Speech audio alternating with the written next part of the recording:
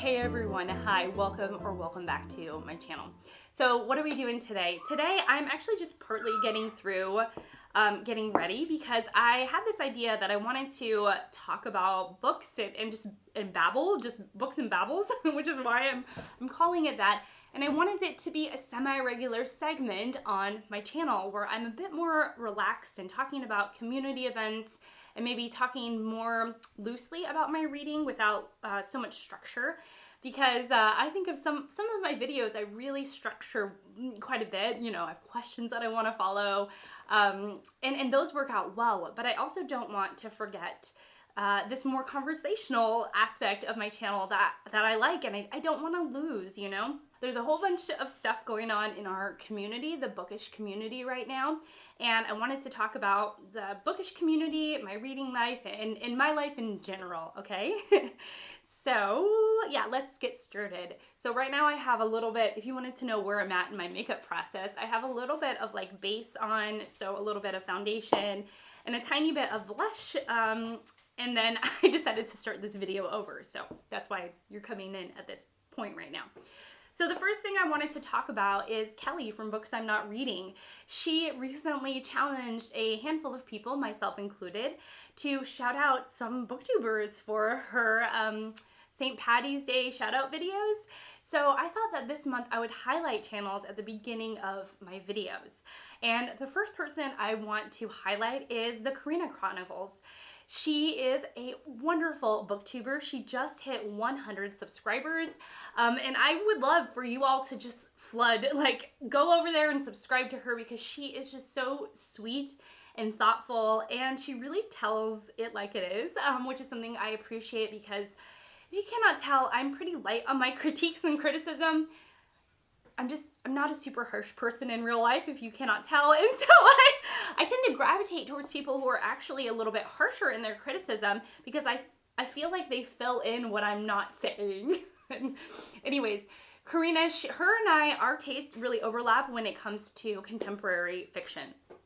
So she has read Frederick Bachman, the author of A Man Called Uwe, which I read last year and I really enjoyed. The author has also written Anxious People and Beartown, I believe. So she really likes him as an author. She also is a fan of Madeline Miller, who is on my list to explore, especially after I've read Homer's The Iliad and The Odyssey. Madeline Miller wrote Circe and Song of Achilles, which has been tremendously popular in the book reading world. The second person that I want to shout out is Anne with a Book. Anne is amazing. If you don't follow her, she's got a lot of exciting things going on right now. She recently got married. She is in school and recently finished reading War and Peace, which I am picking up right now. And so I feel like a bit of a kindred spirit with her because I'm like, you have just done the thing that I'm doing right now, like reading War and Peace by Leo Tolstoy. She also is very like real when it comes to her critique of books. She is very honed in on what works and what doesn't work in the books. And she recently said that I was quite positive and like to look for the positives in things. I didn't really think of myself like that. But now I do. So thank you, Anne.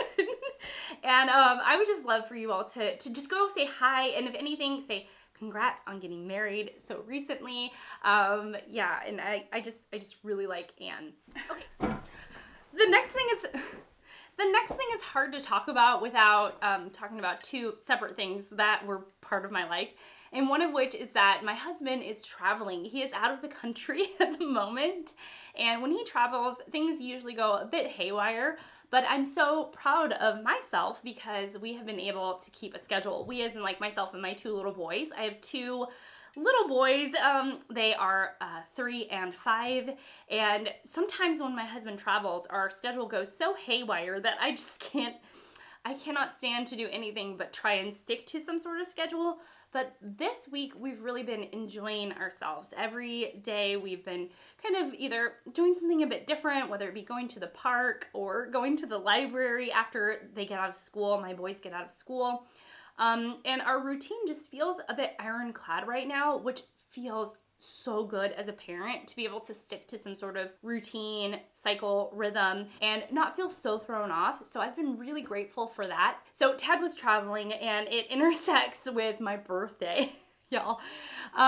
So my birthday was just very shortly ago, not long ago at all. And as this hits me in the face, to my surprise, my husband had sent me flowers. And so even though he wasn't here for my actual birthday, there was something just very, very sweet to be thought of on that day and to feel his presence, even though he's hundreds and hundreds and hundreds of miles away. So I wanted to share. Really beautiful, right? It's so gorgeous. I would put it on one of my shelves, but it's so tall that it doesn't fit on one of my shelves. The other thing that I'm hoping to finish up this week as far as reading goes is my Booktube Prize reading. So if you don't know, I will leave all of the information about the Booktube Prize, which is a literary prize here on Booktube, and it uses judges like me who are a part of the Booktube community in some way, whether you are a commenter, an avid viewer, you know, you have to be involved in the Booktube community, and that qualifies you to be a judge. And then from there you can get chosen. So I am reading nonfiction books, and I have only 2 left. I am about 100 pages of 300 pages in Ghost in the Throat. Woo! Throwing my books here, y'all. By Dorian Nigrielfa. And this is about a woman she's a woman with a lot of small children, and she becomes quite obsessed with a poem. Yeah, so I can't say too much about my thoughts about the book, but the premise has been just very, very different from the books that I've read out, you know, other than this book for the Booktube Prize. So very different. No, whether that's a good thing or not, I'm not gonna tell you. It's just different, y'all. Okay. And then the other book that I'm reading is Beloved Beasts. And I'll put in a picture. I can't find the book right now. It's somewhere in the house. And it is all about conservation and preservation of animals that are becoming extinct. So those are my last 2 books for the Booktube Prize, and y'all, I'm so happy. I did not know that my reaction to being assigned to the Booktube Prize was to drop basically all of the other reading I was doing and to zero in, like narrowly focus on my Booktube Prize books. I did not know that I would do that. But now that I know that about myself, I'm going to be slightly more careful when I sign up for Booktube Prize rounds, because I know that it's just hard for me to feel emotionally committed to put my heart into other reads while I'm trying to get something accomplished, like a big task of the Booktube Prize. Because I don't think of my books as single individual books. I think of them as like a grouping. My Booktube Prize reading is almost like a grouping, and once they're like getting 1 read doesn't feel like I have 1 of 6 read. I feel like I'm just inching towards getting all 6 read. I don't know if that makes sense. That doesn't make sense in my mind. I think of it as a whole. I think of my Booktube Prize reading as a whole. And as an all or nothing kind of gal for this specific situation, I feel as if my reading is a bit tied up until I finish all of my Booktube Prize books. So I hope that was a better explanation of how I am approaching the Booktube Prize, and my own surprise that I really did drop everything to read these nonfiction books. I'm also I'm excited for future Booktube Prize reading. So I know I'm going on and on about the Booktube Prize, but if you don't know, there I believe are 4 rounds. So this is the first judging round of the Booktube Prize, and from here you're skimming off the top. So every grouping of books, you're taking the top 3 in a bracket system, and you're putting those top 3 next to another group's top 3. So right now we're getting like the worst books because we're in the very first round. So we're getting everything. We're getting books that sound good but aren't. We're getting books that are good that maybe didn't sound great. We're getting every single bit of it, and I feel like after this first round, a lot of that kind of lower level, not great reading is going to be pushed to the side, and we're only going to get richer, better, more interesting books from here on out. So it's like I'm in this conundrum. I know that I drop every single thing in my life in order to read these 6 nonfiction books for the Booktube Prize because I'm so excited about it. The next round, I'm not sure if I want to judge yet. And yet, I know that like better reading is ahead. So I'm tempted to just sign up again and see if I can judge the next round, because I feel like it would be a lot of fun. So we'll see how it goes between me and the Booktube Prize. I'm so sorry that oh gracious, did y'all see that? I got myself. This week at my oldest son's school is Read Across America Week, which is wonderful. And so they have themes to dress up every day for this Read Across America Week. And today was Beach Day. Right, so we're in March. It will be a high of 65 today. I live sort of near the coast in South Carolina in the United States. And so we'll be 65 today, but we're not really beach people. We don't have that many beach type things at my house. And so, you know, we're improvising. So we the theme we went with was like if John Lennon went to the beach, or if Larry David went to the beach. That's how my son dressed, and I'll try and put a picture in. And then my younger son decided that, well, if Big Brother can dress up, then I want to dress up as well, and I want to be a dog. But we only had a bear costume that was from when he was a baby. So I said, you know what, we're going to use our imagination. It's a dog costume, and you look adorable in it, and so therefore you are a little dog today. So, you know, he was really excited about that. So our bear costume that he's grown out of probably several years ago, we squeezed him into, and he joyfully wore that to school drop-off this morning. So that was fun. And just making me laugh throughout. All right, the final thing I want to talk about is my Mammoth. How are you all doing with your Mammoths? I want to know, what have you read this week? How far have you progressed? I laugh because here's my Mammoth. Actually, I'm actually reading it on my Kindle because it's just slightly easier. But I have my War and Peace. This is my preferred translation. It's the Anthony Briggs translation, and it's supposed to be like the most modern, the most readable, but my Kindle version is the mod translation, which has an audiobook, and I know that for me with kiddos right now, it might be slightly easier to get through that kind of a chunkster if I have a couple of different ways to consume it. And so I have the audiobook as well, even though I would rather read it. But again, I kind of know myself and what I can accomplish in a given week.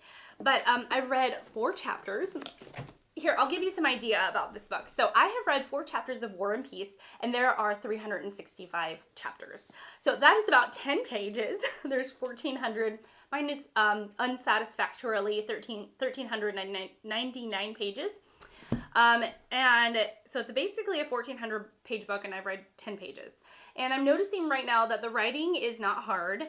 There is a real sense of characterization. Tolstoy, at least in the first 4 chapters, is rounding out who these characters are, whether they be like sort of wealthy and selfish, wealthy and opinionated, not wealthy, where they are in society. And right now he's describing like a party scene at this very opening scene. And so the dynamics between people that don't really know each other and are trying to stumble through a conversation about politics and war really brings out their personality in some way. And so I thought, gosh, what a clever way to start a book, to introduce us to your characters and to get us an idea of how they interact with each other in a bit of an unfamiliar situation. But I wanted to check in with you all about your Mammoths. I'm already wanting to compare all of the translations. I'm feeling very much like I did with the Iliad when I read Homer's The Iliad. When I read that, I tried out, I think, 3 translations, and on my 3rd translation, it was perfect. It fit right. It was the one that I ended up enjoying quite a bit. And moving forward with. And similarly, I have 3 translations of War and Peace, and I want to compare, and I might end up doing that today. But I also know that like I really need to get on it with this reading, and really just dig into this Mammoth so I can get it done. My goal is to get it done at the beginning of April. So just checking in about your Mammoths. I want to know how they are, if you are actually picking up the Mammoths. If you decided to go with March of the Mammoths as your event this year, I would love to know. And if you decided to go with a different event, what have you picked up first? My other events that I'm very curious about are Middle Grade March. I downloaded the audiobook of Pony by R.J. Palacio, but who knows if I'll actually get to that. And Her-storyathon, which I'm just using my Booktube Prize books in order to fill in about Her-storyathon. So one of the prompts is like, read about a woman who lived before the 1800s, and the author of the poem that Dorian Niguriofa is obsessed with in Ghost in the Throat is a poem from the 1700s, I believe. So, you know, it fits that prompt. That is just a really cool and fun readathon that I'll leave links down below if you don't know what I'm talking about. And again, there's just so much going on in the community. It's so hard to choose, right? What you want to do. Yeah, so this is like me whining about the fact that I can't join everything, but also praising the fact that our community is so active and alive. It's a wonderful, wonderful situation to be in. It would be, you know, much worse to be like, oh, there's nothing going on and I don't know what to read and I feel totally uninspired. It's a totally different problem to be like, I want to join everything and all of the books sound good and I have too many books that I want to read. That's a good problem. So, I think I'm done. What a mess, you all. Who knows? Let me know if you like these books and babbles type of video. I would love to do this a bit more often. Hopefully it will be a little more streamlined and focused and a little less chaotic. But these are the things that are rumbling around in my bookish mind. Oh, and the Women's Prize for Fiction, the long list, comes out on the 8th. And I have a preliminary predictions list. But I don't know if I can talk about them very eloquently, my predictions. So if you all also just say, Shelly, we want to hear about your predictions for the Women's Prize long list. I don't care if you can talk about it eloquently or not. We want to know. Let me know, and I will do hopefully like a quick video sharing my long list predictions. And then hopefully I can also do a reaction and see how many books I actually got right and not. That's next week, so I'm excited. We've got a lot of things going on in March, and I love it all. I love it all, if you can't tell. So that's it for me. I hope that you all tell me how March of the Mammoths is going for you, 4 days in. I want you to tell me what you've picked up so far in this extraordinary March event extravaganza. I want to know, and just generally like just how your week has been going. Let me know. Thank you so much for being here. Thank you so much for letting me get ready with you on camera and just kind of ramble some thoughts out. And that's it for me. So thank you so much for watching. Thank you so much for being here. And I will see you all in my next one. Bye, guys.